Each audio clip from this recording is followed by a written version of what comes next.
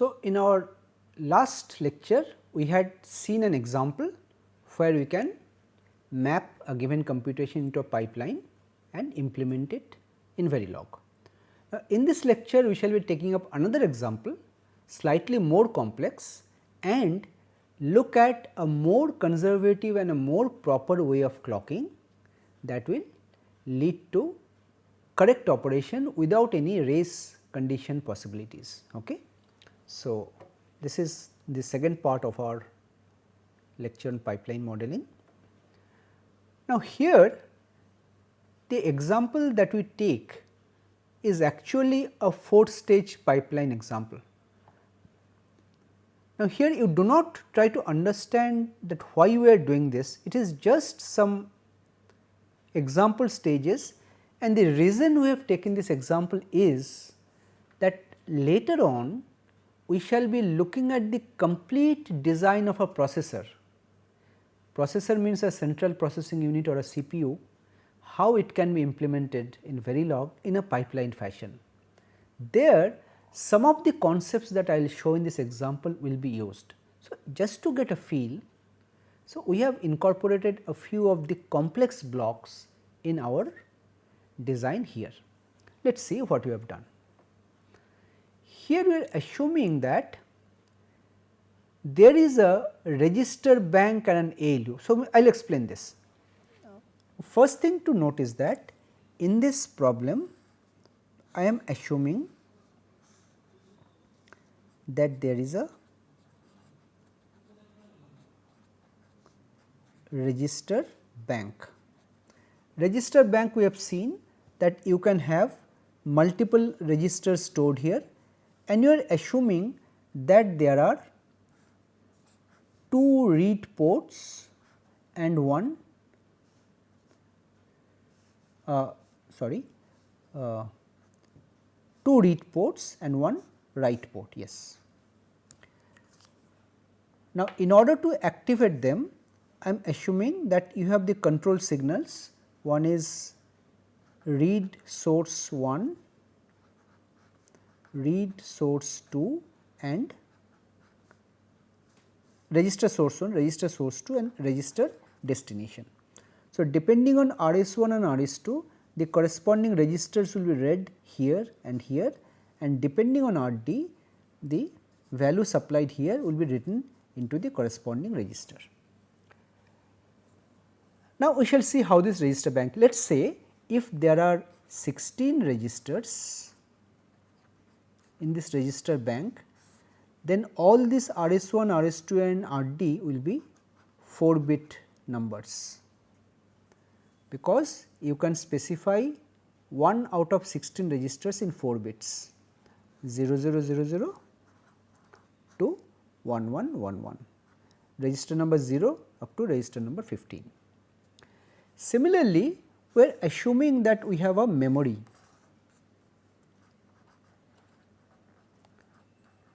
This is a very simple example of a memory. We are assuming that there are 256 words in the memory and each word is of 8 bits.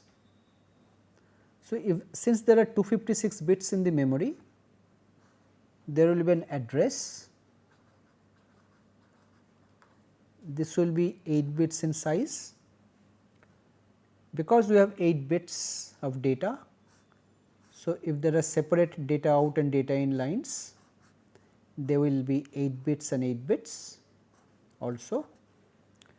This is 8 bits because 2 to the power 8 is 256, that is why you need 8 bits of address, and this is 8 because data size is 8.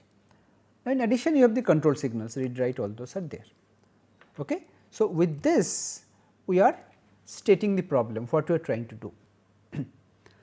So, the inputs to our pipeline will be 3 register addresses that will be corresponding to the register bank.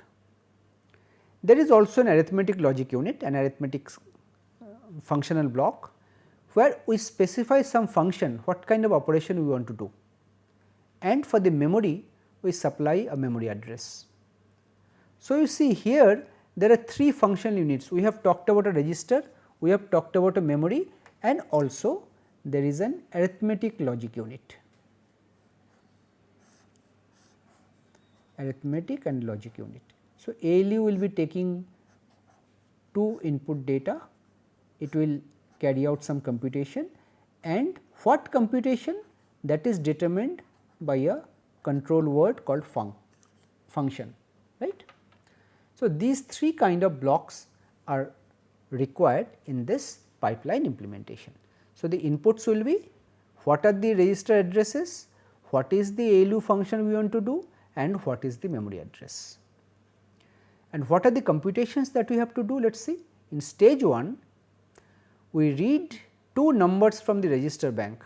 We assume that all numbers are 16-bit numbers in the registers. Okay? Registers are 16 bits. Depending on whatever we have given in RS1 and RS2, we read 2 16-bit numbers and store them in 2 temporary registers A and B. Stage 2, we perform the ALU operation. We operate on A and B, and what operation? It depends on this what function, it can be addition, subtraction, whatever I have specified. Okay? And after the ALU operation is done, the result is stored again in a temporary register Z. In stage 3, what we do? The result Z we are writing back into the register bank depending on whatever we have given in RD, destination register. And in stage 4, the same data Z we are also writing into memory at address ADDR, right. So, this is just an assumption we are making, these are the stages of computation. Let us see. The assumption that we have made is that the register bank we have said it consists of 16 16-bit registers.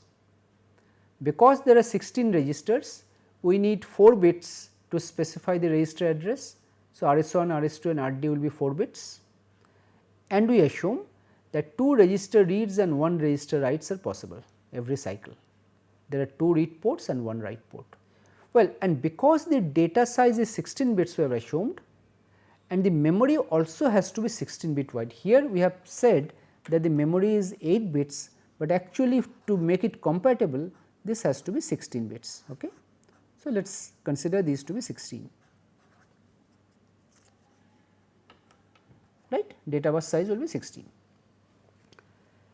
So, for this 256 word memory, this 8 bits will be required to specify the memory address, and this memory address is specified by this ADDR. So, ADDR is an 8-bit quantity, okay, and the data will be 16 bits in size. Now, the ALU functions we assume are as follows, because func is a 4-bit field, and this 4-bit, well, we have not specified for all possibilities, there are 000 up to 1011, means there are 12 functions which are defined. Let us see what functions are there. Add means, okay, let us look at it like this. Suppose this is my ALU. The 2 inputs are A and B, and the output is Z. So, let us see one by one. Add 0000 means add means Z equal to A plus B. 0001 means sub means Z equal to A minus B. The 10 means mul means multiply, mul means Z equal to A multiply B. Then fourth is select A. Cell A means if you select cell A, then the value of A will be going to the output, you are selecting A. Similarly, there is an option for selecting B. If you use cell B, then output will be B. Then you have an option AND and OR and XOR. So, AND, OR and XOR. So, for AND Z will be bit by bit A and B, or it will be A or B, and for XOR it will be again bit by bit exclusive OR A XOR B. Then you have a function neg A and neg B. Neg A means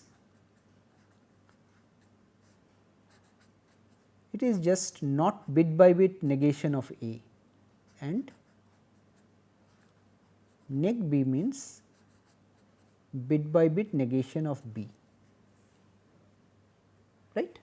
And the last two functions are shift right A and shift left A. So, if you use SRA, this will mean you take A and shift it right by one position, and if it is shift left A, Z it will be A shift left by one position. So, these are the 12 functions that the ALU supports, and this is controlled by the input func 4-bit value. Okay? Fine. Now, this is our overall pipeline diagram based on whatever we have said. Let us see. This RS1, RS2, RD, func and ADDR, these are our inputs. So, we have a register file. In stage 1, based on whatever we have given in RS1 and RS2, we are accessing the registers and values are read into A and B. Nothing else is being done in S1. In S2, we are doing some functions on these two values which have read from the register bank, register file. A and B which are coming, they will be the inputs of the ALU, and the function that we have given here, that will be forwarded, and that function will be controlling the ALU operation, and the result will be Z. In stage S3, we are writing into the register file. We are showing it as dotted because this is not a separate register file, it is the same register file. I am just showing it that it is being written here. Okay, that is why dotted. So, what we are writing? We are writing the value of Z, and where we are writing, that is RD, register destination. So, this has to be forwarded up to here. Okay. And the last stage we have the memory write, where what we want to write? The value of Z. So, Z has to be forwarded here, from here to here, and address has to be forwarded all the way from here down to here. So, it is a 4th stage pipeline where these operations are going on, right. So, let us see how we can code it in Verilog, but before that there is an important clocking issue that I have said during the last lecture, that we have to apply clock in a proper way. We mentioned that the two of the safe ways used to either use master slave flip flops or use non overlapping clocks for the consecutive stages. So, if you use non overlapping clocks, then you can also use latches rather than clocks which are triggered by edges. Non overlapping, an example is shown here, clock 1 and clock 2. You see, clock 1 is high here, again it is high here, again it is high here. So, the clock period is 20 from here to here, 20, and clock 2 is high when clock 1 is not high, and there is a period in between where both the clocks are inactive, both are 0. So, there are two clocks, sometimes clock 1 is high, sometimes clock 2 is high, but they are not overlapping, they are non-overlapped, and in order to take care of variable delays like clock skew, there is also a gap in between. This is a very safe kind of a clocking scheme where we have non-overlapping clock with a safe margin in between. This is what is meant by two-phase clock. Now, in a pipeline, what we are intending to do is as follows. In this example, we have 4 stages, right. This is stage S1, then stage S2, then stage S3, then stage S4. Okay, this we are ignoring because here we are just applying the inputs. Now out of these 4 latches, what we are saying is that latches or flip flops, whatever you say, that we will be clocking these 2 by clock 1 and we will be clocking these 2 by clock 2, which means we are alternately clocking the latches using the 2 phases. Because we are doing that, there is no scope on any overlap, because when this latch is on, it is guaranteed that this latch is not on. So, whatever S2 is computing, it can never reach here because this latch is off. Because of this non-overlapping nature, this kind of complete isolation of one stage from the other can be achieved. Okay. So, in our Verilog test bench that we will see, or in the implementation also, we shall be assuming that we are having this kind of 2 phase clocking. Let us look at the Verilog code now. This is our pipeline description. So, we have the final output Z out. Z out again, this is a 16-bit quantity, we are assigning it from the final value of Z, and RS1, RS2, RD, func, ADDR, these are all inputs, and of course, there are 2 clocks, clock 1, clock 2.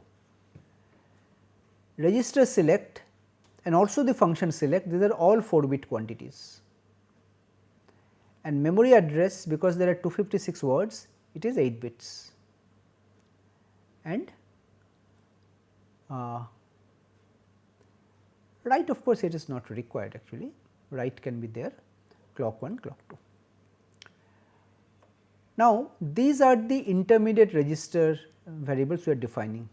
You see this A and Z, these are holding the results, these are 16-bit quantities, but RD and func, these are 4-bit, and address is 8 bits. You see here, you just go back to that diagram, A, B, RD, func and address are to be stored in L12, Z, RT and ADDR in L23 and Z and ADDR in L34. So, we have defined so many variables, and the convention is the same as we followed in the last lecture. It will be L12 underscore A, L12 underscore B, L12 underscore RD and so on, right. So, same convention we have followed, and we have defined a register bank and we have defined a memory separately. Okay, both declarations are similar, both are defined as a 2-dimensional array of registers in fact. So, in the first case we have defined that there are 16 registers, each of 16 bits. In the second, we have declared a memory of 256 words, each of 16 bits, and the final Z34Z which is being computed, that is assigned to the final output Z out. Now, you see now how we have done, just I am showing the overall thing. You see, this is the first stage, this is activated by clock 1, this is the second stage, stage 2 activated by clock 2, stage 3 activated by clock 1, stage 4 activated by clock 2. So, we are alternately applying clock 1 and clock 2 to the successive stages, clock 1, clock 2, clock 1, clock 2 like that. Okay? This is the first thing we have done here. And if you look at the stage definitions, it is straight away it follows from whatever we have done. Like you see at the diagram once more. First stage, what we are doing, this A B we are reading from the register file from address RS1 and RS2, RD we are forwarding, func we are forwarding, ADDR we are forwarding. You see, we have done exactly that. This L1 to A is reg bank RS1 reading from the register bank, L1 to B reg bank RS2, read we are forwarding, func we are forwarding, ADDR we are forwarding, and here we are assuming that everything takes a uniform delay. So, all 2 to 2 we have shown here. Okay.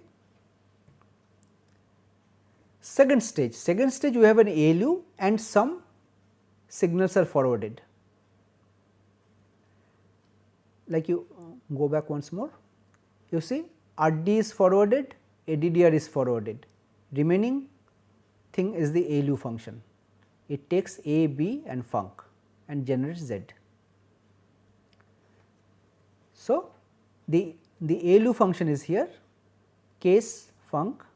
So, if it is func is 0, that means 0 0 0 0, then you do addition, you add stored in Z. If it is 1, you do subtraction, multiplication, select A, select B, AND, OR, XOR, negation of A, negation of B, shift right A, shift left A, and if it is any other value, these are undefined, then Z will be XXXX and the other two values we are forwarding. Okay. This is the definition of stage 2. Stage 3 is very similar. In stage 3 what we are doing, again let us go back. In stage 3 we are writing into the register file, and in stage 4 we are writing into the memory. Okay. So, we are doing exactly that here in stage 3. So, whatever is the value of Z you have computed, we are writing into reg bank where the address is L23RD, and Z we are forwarding, ADDR we are forwarding, these will be requiring for the memory write. And in the memory lastly, the value of Z which has been forwarded, that is being written into memory L34 ADDR. Okay. And here just one thing here we have mentioned an input write, but actually write is not required, this write you can omit, this here there is no write. Okay. Fine, there is no write.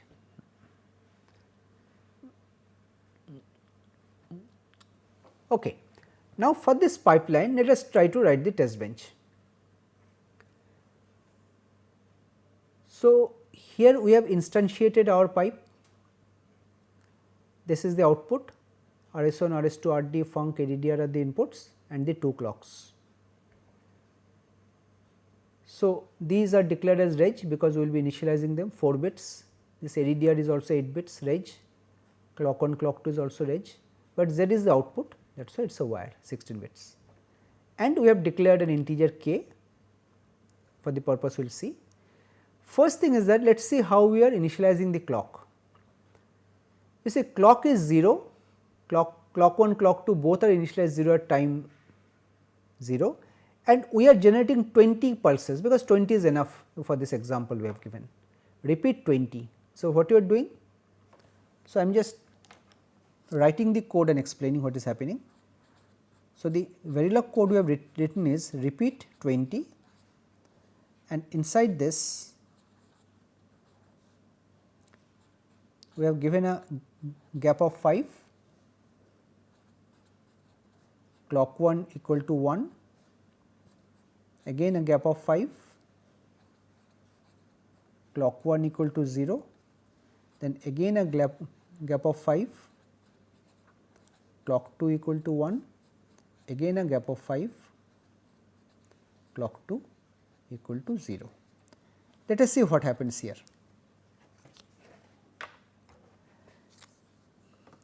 Let us assume these are our time scale of 5.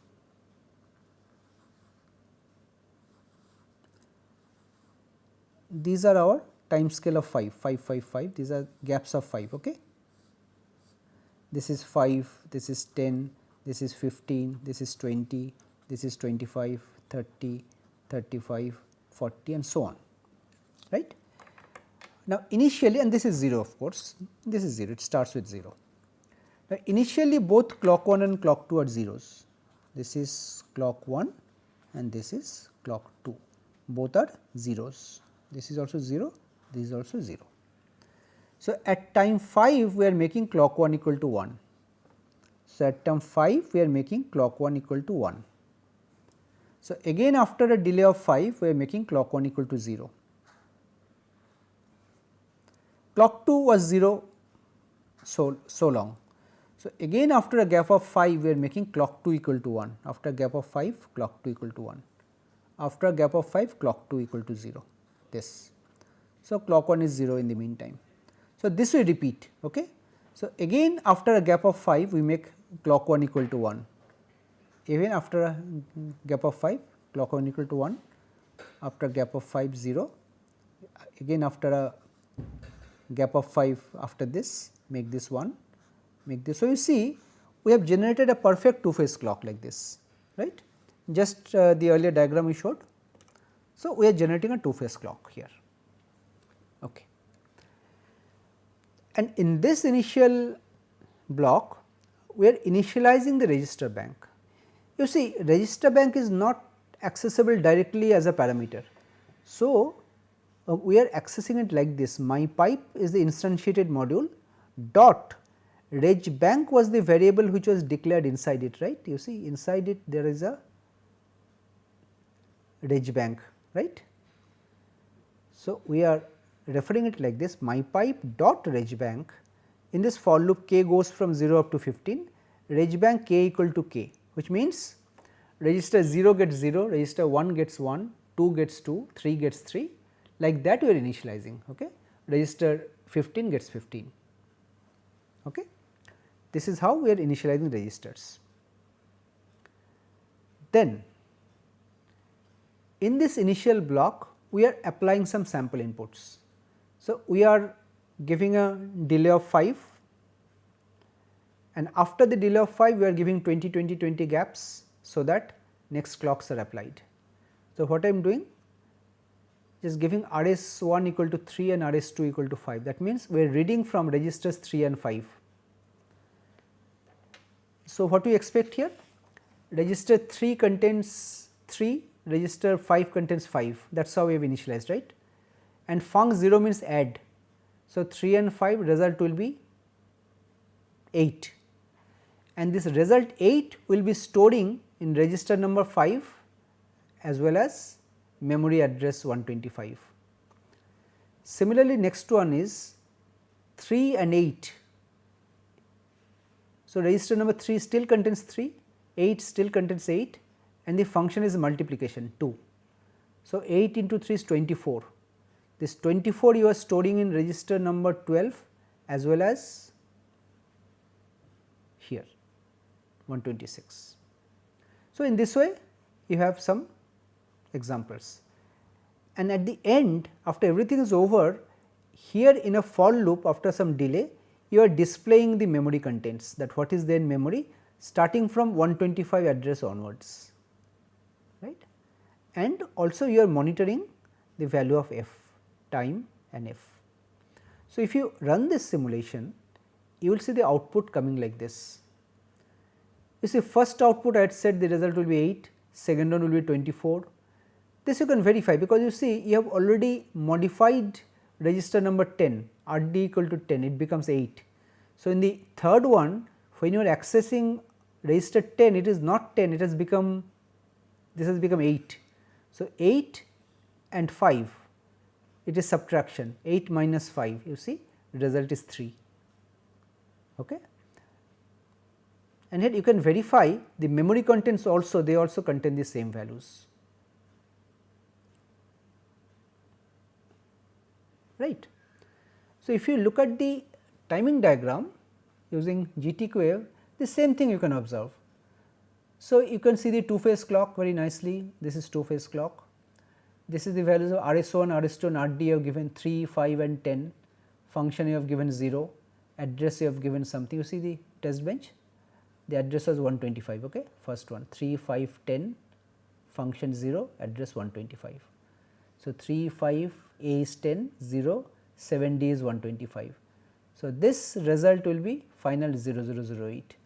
So, you need some delay for that, so that pipeline delay will be required, and at the end of the third clock you will be generating this result, and after that result will be generated once every clock,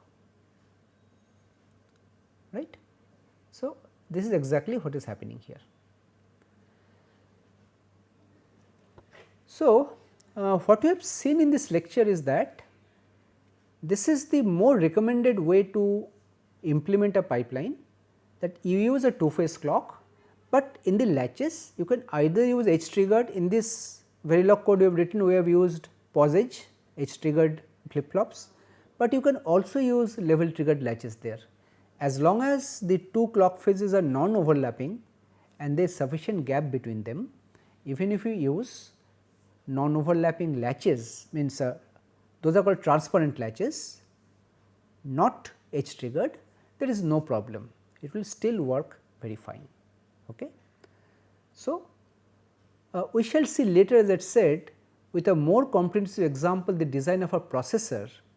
There we will see how we can implement the instruction execution hardware data path of a processor in a pipeline fashion. There we will be following some of the lessons that we have learned over the last two lectures.